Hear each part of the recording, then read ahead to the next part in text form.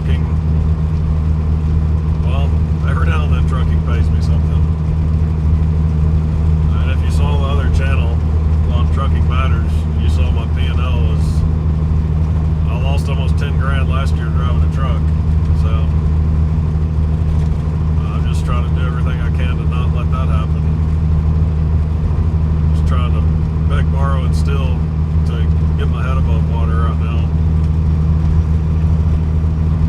And so I'm not going to go out of my way to I'm not going to make a bad financial decision so that I can maybe have a more interesting YouTube channel. I'll haul plenty of different, a variety of stuff. I'm going to go up to Texas. I'm either going to find something I can pull up and deliver, in the Kansas area for like Monday or Tuesday, and then pick up a skid, or I'm not even too worried about it. I mean, I kind of like these skids, and especially since, January, if we could do more of them in February, that'd be great. Phoenix doesn't get a whole lot of snow, I don't think. I've never seen snow in Phoenix, although it does suck not having any good freight coming out of here. And used to so I kind of had the perfect situation with Landstar, just with a couple agents that I had worked with, because I was able to get paid really good coming in here, and we had a lot of jet engines to move out of there, and other aviation, aerospace type components. Like I moved flaps for wings and stuff like that for them. And the aviation loads, they pay good. They don't, once a product, like the cost of the product itself gets above a certain point, like the cost of shipping just doesn't even matter. Like whether they're paying $4,000 to move it, or if they're paying $15,000 to move it, it's all a rounding error relative to the cost of the product that's being moved. So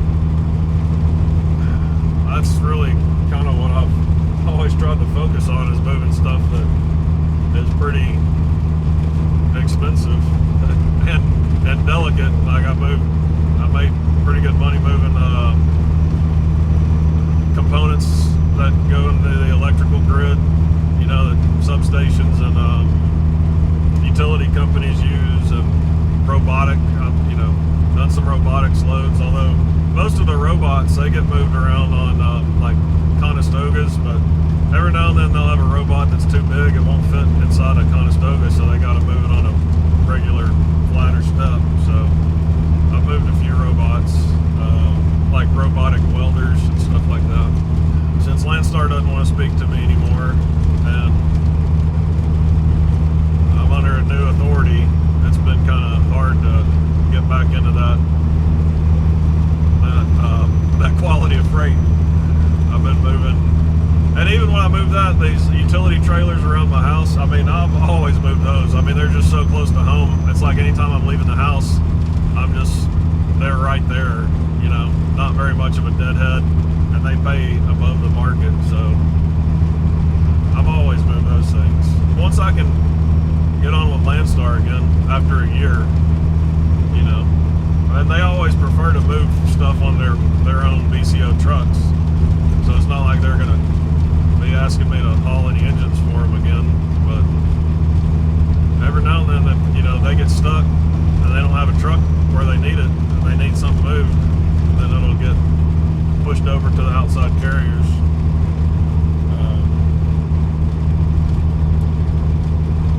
And they're not the only ones moving those things. I just got to figure out who else has the freight that's worth doing. And these here I'm on, these are worth doing.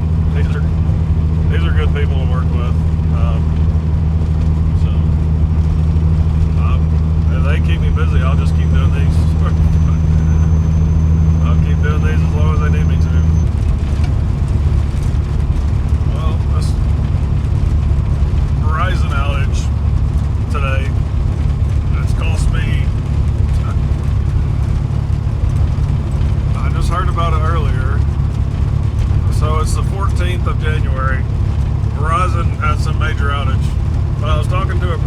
the phone earlier about a load.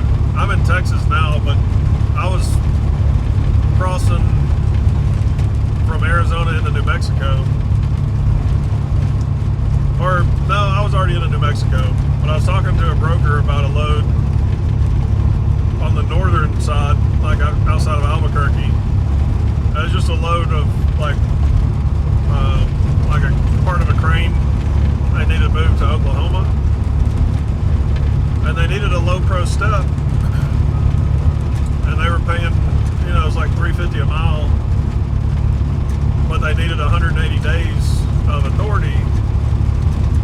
And I explained to her the equipment I had and everything, and I just told her, if y'all are able to work with my authority, just let me know. Well, a few minutes later, she sends me a highway link, and I was driving. I didn't click on it right away, but I got up the road a little ways, and then when I eventually clicked on it, like I had cellular data, so I was able to open my emails. I was able to go to highway, but then when it sent me the verification code to my phone to like confirm it was me, it never sent. I went through that process like 3 or 4 times. So I emailed highway, told them, hey, I heard there's a Verizon outage. I don't know if that's what it is, but I can't get any verification codes to my phone. Then they emailed me back saying, no, thanks for letting us know. Our text message verification system goes through Verizon. It's not working right now. So I'm imagining there's a lot of truck drivers that's affecting, that aren't able to get set up with brokers right now. And I've tried to make a phone call since then. One of my phones was showing SOS. I turned it off, turned it back on, and now it's showing 2 bars. And I'm on both of I've got like a ECM thing in there, and it's got 2 phone lines on it. Both of them are showing 2 bars, but when you try to use either one, it doesn't work. The other one is just showing SOS. It's trying to connect to like a satellite or something. And I've turned it off, turned it back on, and it's still just showing that SOS with the satellite image. I'm sure there's some people in some pretty bad situations that would like to have cell service. And I use Verizon because they've got better coverage than, I don't know, since I've thought about T-Mobile since they bought out Sprint. They've got T-Mobile and Sprint towers, but I've used AT&T before. When I lived in Arkansas, I used AT&T, and then when I moved to Florida, AT&T didn't really have that great of service, and AT&T doesn't have great service around Texas, part of Texas where I live. They've got decent service, but Verizon is better. So I've been with Verizon for quite a while. Yeah, if you're on Verizon, the phones aren't working right now, unless they just came back on. Maybe it's good for us. Maybe we become too dependent on cell phones. This is the reverse of the AI revolution. We're going backwards in time. I remember back in the 80s and I guess early 90s, before cell phones were real popular, everybody had you had a home phone, and you had to remember, everybody just memorized their friends' phone numbers so you could call them. You didn't have you could write, people had books where address books and whatnot where they'd write numbers down, but all your friends and family that you called on a regular basis, you just had everybody's number memorized. I even remember some of the phones, it was I guess a rotary dial, where if you wanted to dial 1, you'd start here. If you wanted to dial 9, it was like a different amount you'd go around the circle, I don't think I ever owned any of those kind. Most of them, when I was growing up, they were cordless phones, so you'd have to put them back on their charger. They would still just, work around the house. And then when I was in high school, that's when the cell phones got real popular. When I was in middle school, they had the bag phones, and they didn't even call them cell phones, they called them car phones. People would just put these big bags in their car, and they plug them into their like cigarette lighters, and they could talk to people in their car.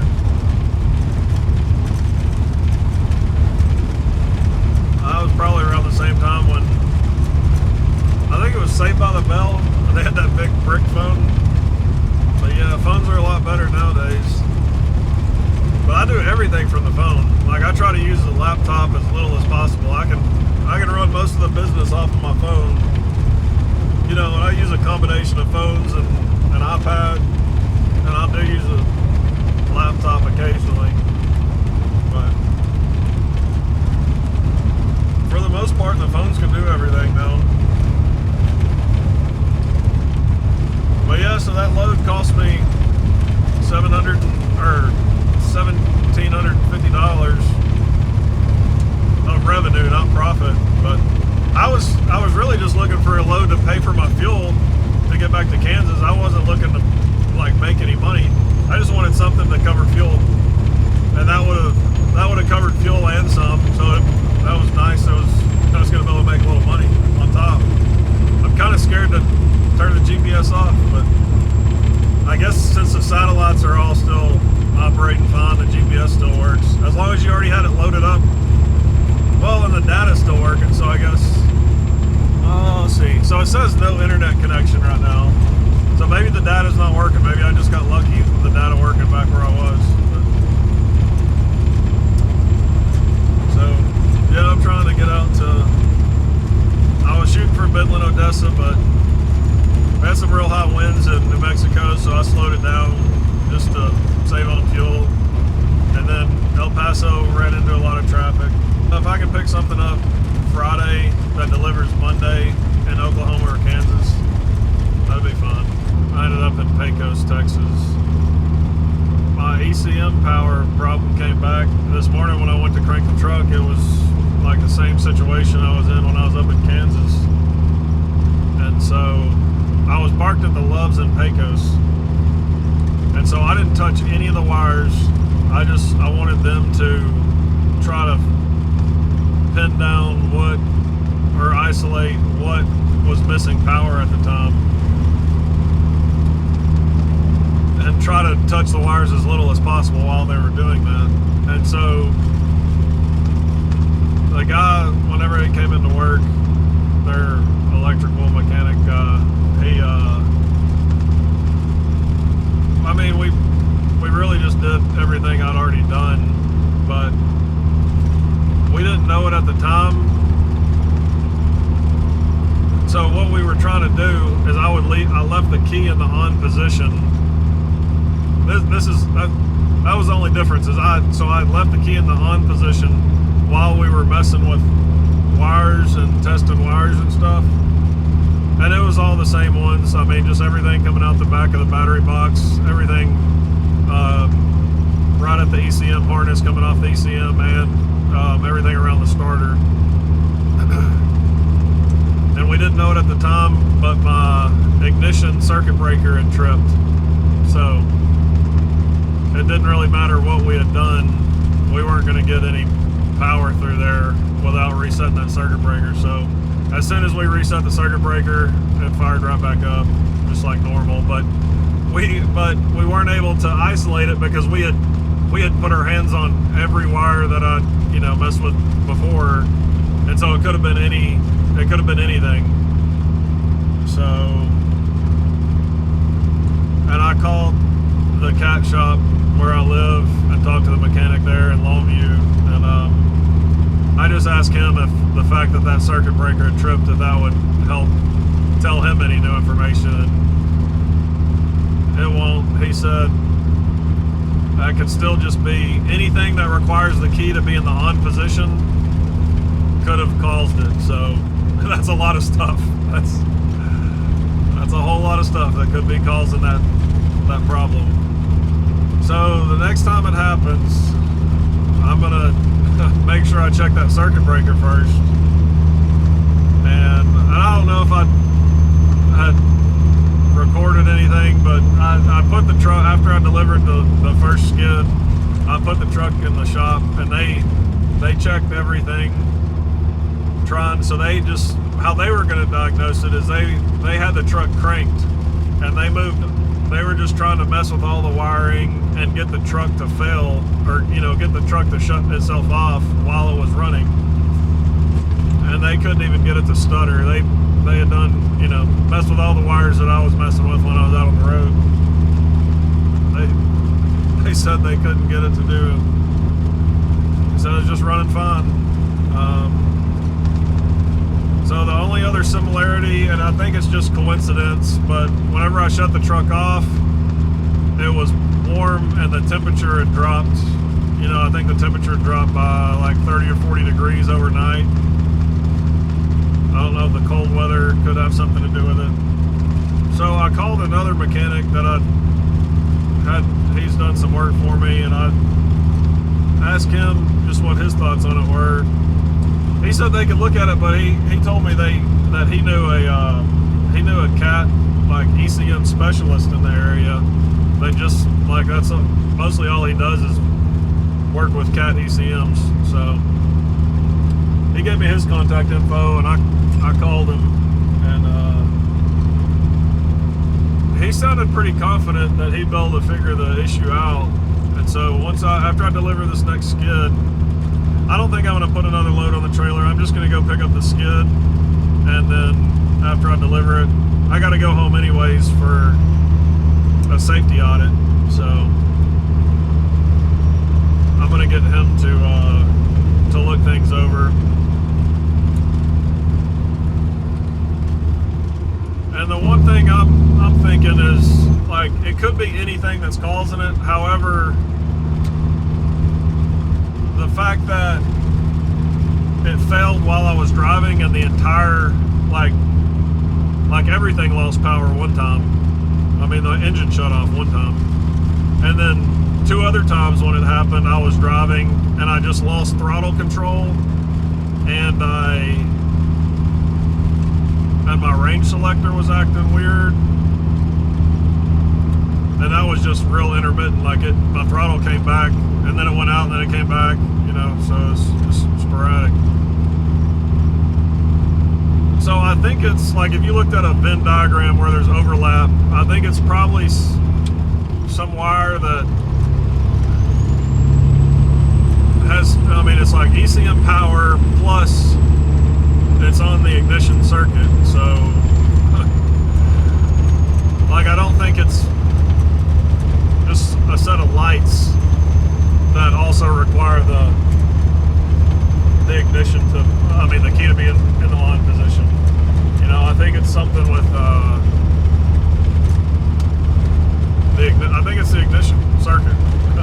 Honestly, I think it's one of the main, a main power wire that goes to the ignition, or the ECM ignition control wire. I'm not a mechanic, so I don't know, but I don't know. We'll let him let that ECM specialist take a look at it, see what his thoughts on it are. I'm just heading towards Abilene right now. I'll probably go past Abilene and get towards DFW area. If something pops up tomorrow, I may pick it up and deliver Monday, because I'm not picking up until till Thursday. I wanted to pick that load up out of New Mexico and deliver it. It would be delivered Monday in Oklahoma. Then I was going to drive up to Kansas, but and then the ECM problems came up this morning, or ignition problems, and the loads out here in West Texas